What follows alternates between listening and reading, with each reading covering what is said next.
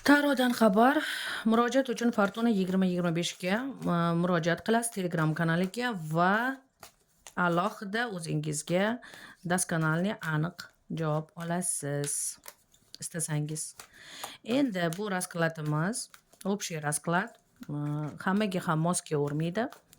Agar sizda xuddi shunaqa masala bo'lsa, unda kuzating. Turmush o'rtog'ingiz chet elda ishlaydi va oxirgi paytlar qo'ng'iroq ham qilmay qo'ydi, pul ham bermay qoldi. Bu voqeaga bir necha oy davom etmoqda. Ota-onasi bilan, yaqinlari bilan gaplashib turibdi, lekin siz bilan unchalik gaplashmayapti. Xo'sh, turmush o'rtog'ingiz qanday energiyaga ega? Turmush o'rtog'ingizda hozircha krizis, finansiviy krizis yoki ikkilanishda. U hozir shuning uchun o'zgarib qolgan. Xo'sh, uning maqsadi nima?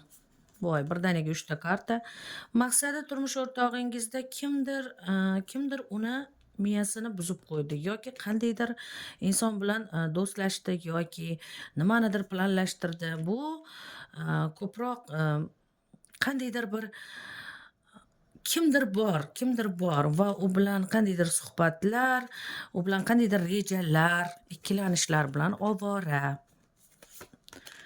U ayol kishimi, erkakmi? Erkak ham deb bo'lmaydi, erkak ham desa bo'ladi, ayol ham desa bo'ladi. Kimdir borligi. Shuning uchun maqsadlari o'zgarib qoldi. Hozirgi paytda eringizda ishlarida ozroq uzilish, ya'ni pul topishida. Pul hozir masalan o'sha oyligini olyapti, lekin vaqtida olmayapti va undan tashqari o'zini oldingi qarzlarini, oldi-berdilarini berish bilan ovora.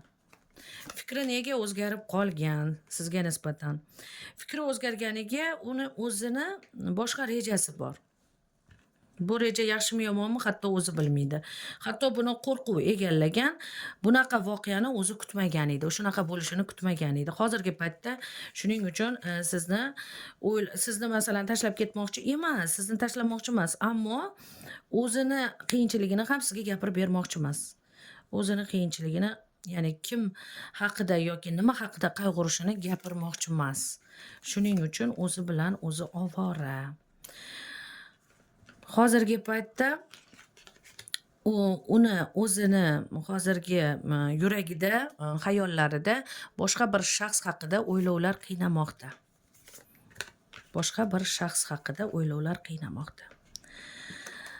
Va bu narsadan o'zi ham cho'chiyapti. Oilamni yo'qotib qo'ymaymanmi bu qarorimdan, oilamni yo'qotib qo'ymaymanmi degan qaror ham bor. Sabr qilsangiz nima bo'ladi? Sabr qilsangiz. Albatta sizga pul berishni boshlaydi, hammasi joyiga tushadi. Va o'zini xatosini tezlikda to'g'rilaydi va shu to'g'rilash uchun ham shunaqa bo'lib qolgan. Baxtli bo'linglar.